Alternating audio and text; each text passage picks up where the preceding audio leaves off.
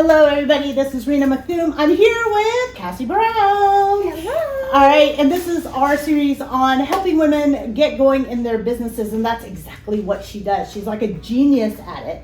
Not only that, she's got a lot of stuff going on in her family, and she's got 4 awesome kids. Cassie, Yes. they're starting businesses.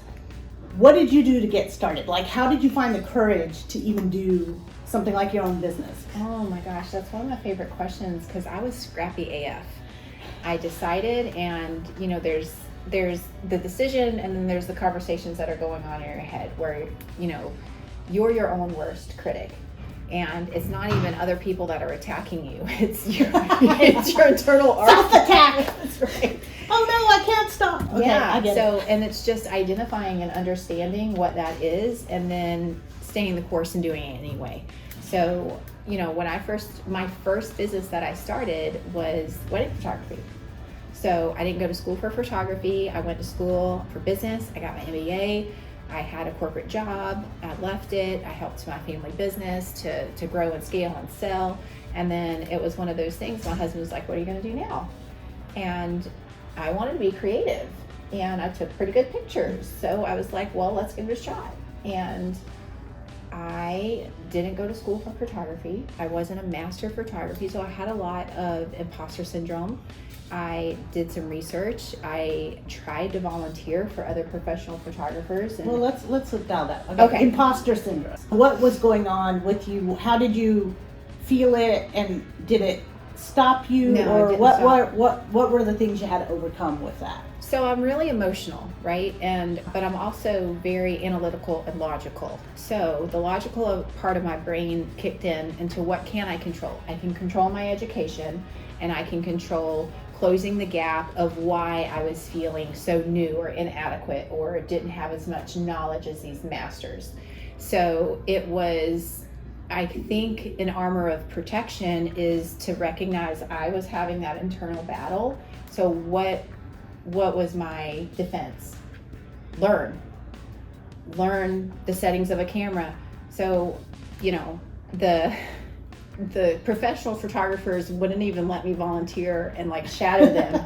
So I took a nature photography workshop, and that taught me. And Invest in yourself. I think that, yes, that's what I really want to remove the obstacles of you or someone else building that wall, and just figure it out and not let your future be in the hands of someone else. So if you ask and someone says no, figure out a different way. And so for me, I literally learned how to be a professional photographer from a National Geographic wildlife photographer. My imposter syndrome story is not obviously as cool as yours. I showed up at the mall, and my son was maybe a week or 2 old. I was a brand new mom. And I pulled this massive stroller because, when you have your first kid, you have to have the perfect thing with the perfect this, and spend way too much money on it, and then you can't get it in and out of the trunk. I put it out, and I'm like, look at all those moms, and their strollers are so used, and mine have the whitest white wheels. Everyone's gonna know I don't know what I'm doing here at the mall with this kid. So I went around the parking lot and got all the wheels. Oh my gosh! So I could belong You were in the so mom. in your head. I know. You were so in your I head. know, but you Because didn't other do moms that. would have been like, dang, how does she keep her stroller so clean?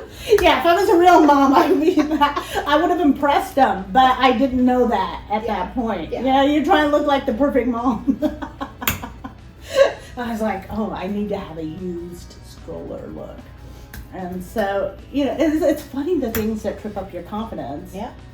But we succeeded anyways, right? All 4 of my kids are still alive. I've got a senior in high school. They are pretty independent, so I think I'm doing good. Good star. All right. So you shifted from photography to what you're doing now. So Yeah. tell me a little bit about that transition. I tell you what, I didn't realize photography showed me I can be creative, I can be passionate. It taught me the medium of blogging and social media. That's how I got clients. Word of mouth, top of mind advertising, those key marketing elements have stuck with me, and no matter what business that I've done. So business is business. Yes. So transitioning into what I'm doing now, consulting, and I mean, there is several transitions in between. I took on a client. I flirted with being a Facebook ads agency for a little bit when Facebook ads was, new. The chat bots were coming out, like just social or media organic just kind of leveled the playing field for everybody. And then I realized I didn't want to get up at 3 a.m. and check webinar registrants. That was not the life that I wanted to live. And that I was really good at simplifying the path of scaling a business.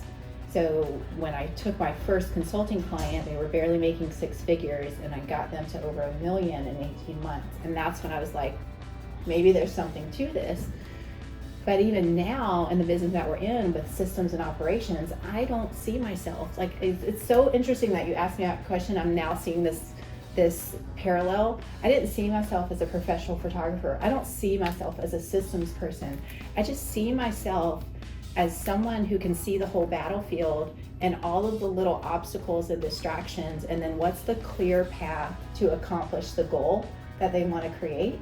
And if I can accomplish that goal in less steps and faster time, that's where my value is. So, yeah. See, and I'm just a mom trying to make it.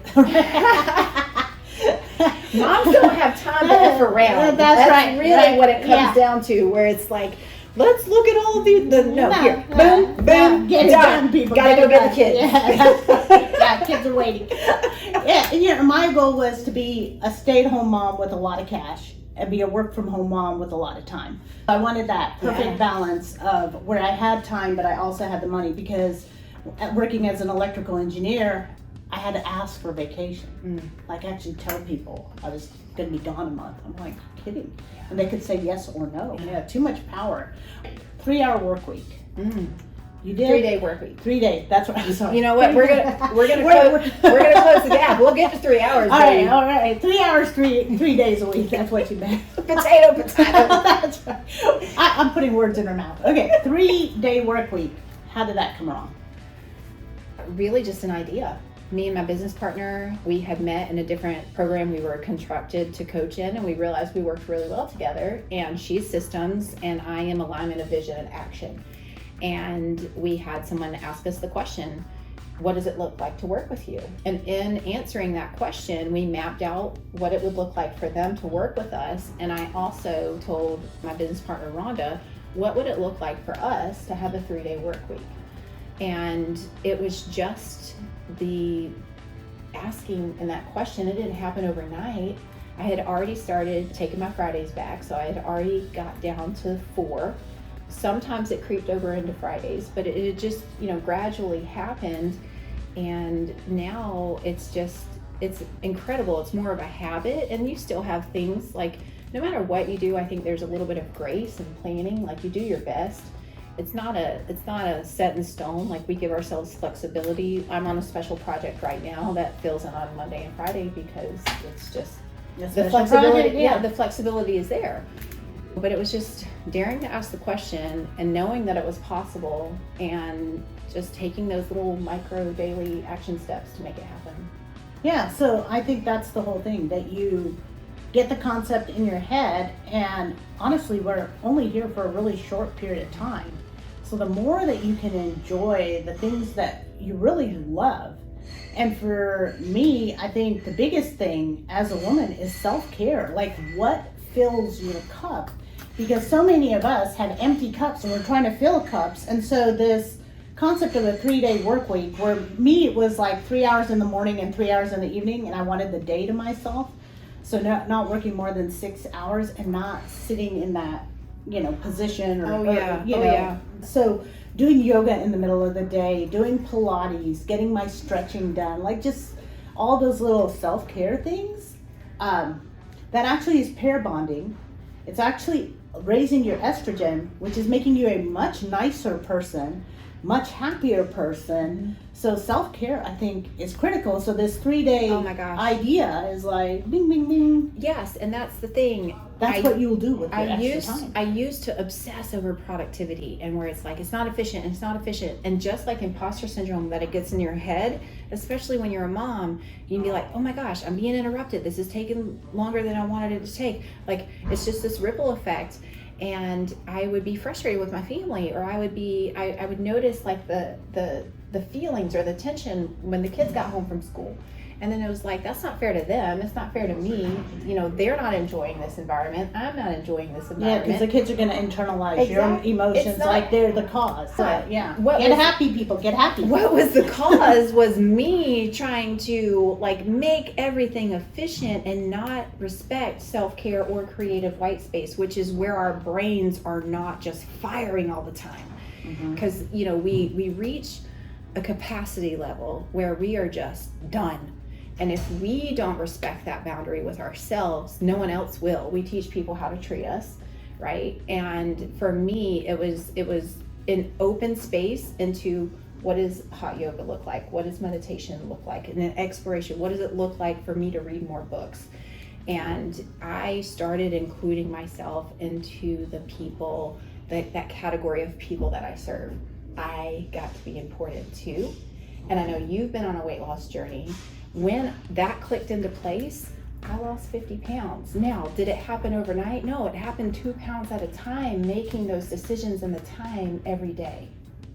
Now, so for me, hot yoga was a 90-minute class. So the whole time I was trying to figure out, like, I'm taking away so much time from everything else. I need to do this. And then really, like, zoom, shower, get out of here. And, you know, but now all my exercise time, I make it dreaming time.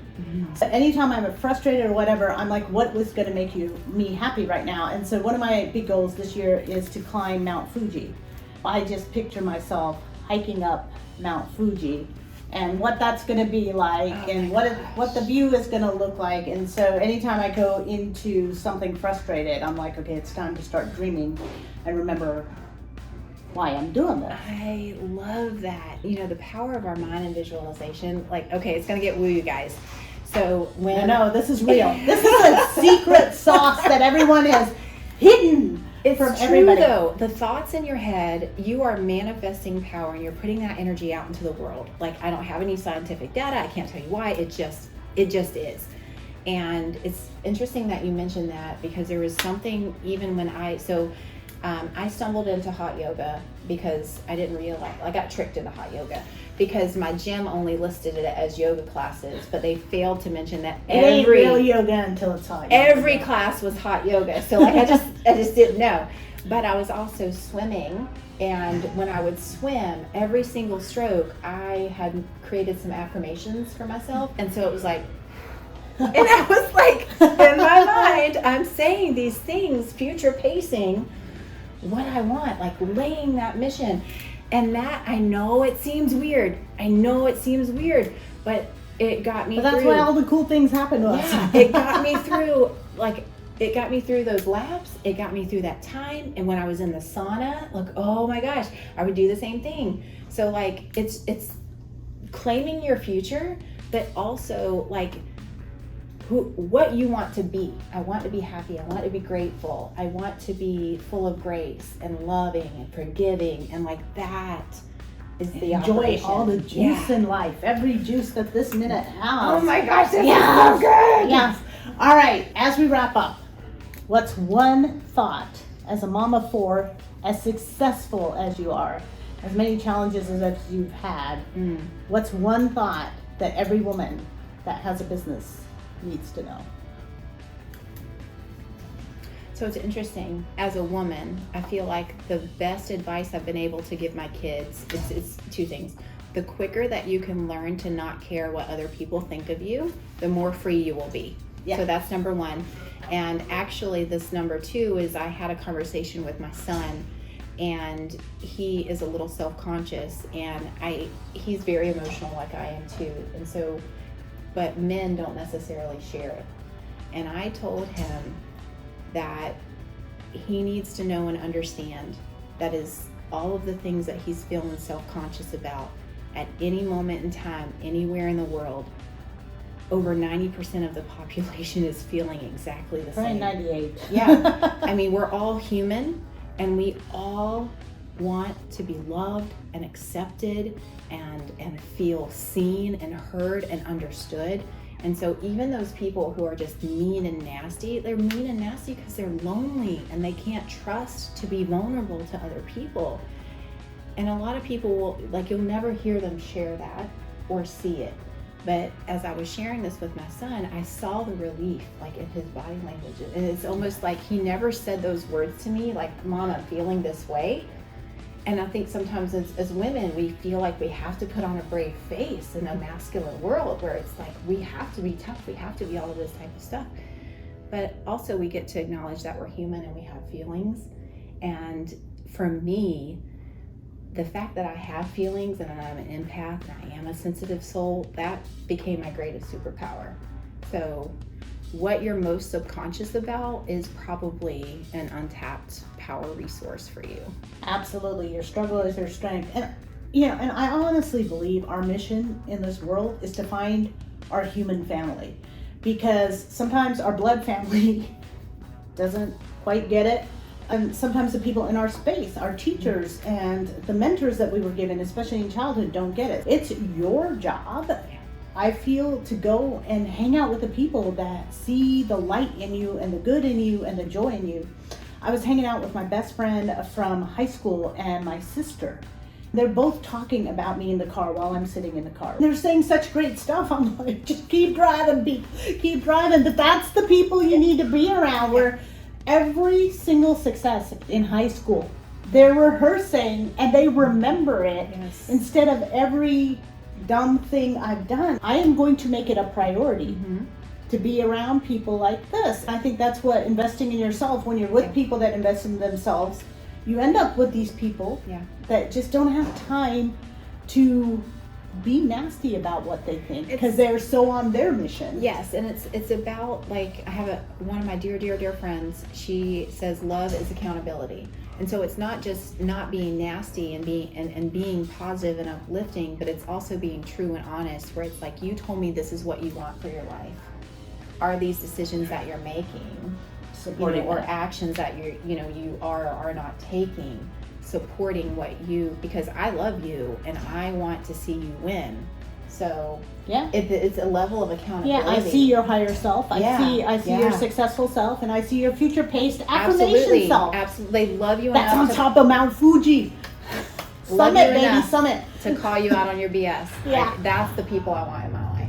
Yeah. All right. Well, thank you for watching. You can mess with any of the buttons below. It always helps. If you would like my guide to a millionaire's mind, I have a QR code. And Cassie, do you want to do any call? Oh my gosh, yeah, sure. I would love. We have a Dream Week planner that we give away to help people like declare what their Dream Week looks like.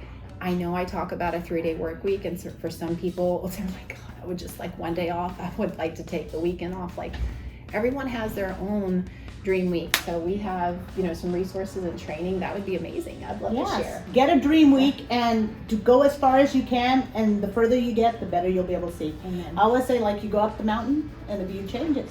All right, well, thank you so much for being here. Oh, thank you for having me. You know I love you. We're gonna go out. We're gonna go have some fun. Yeah, we're going to play video games now, people. Yeah, 2 grown women with 4 kids each. That's what we're doing.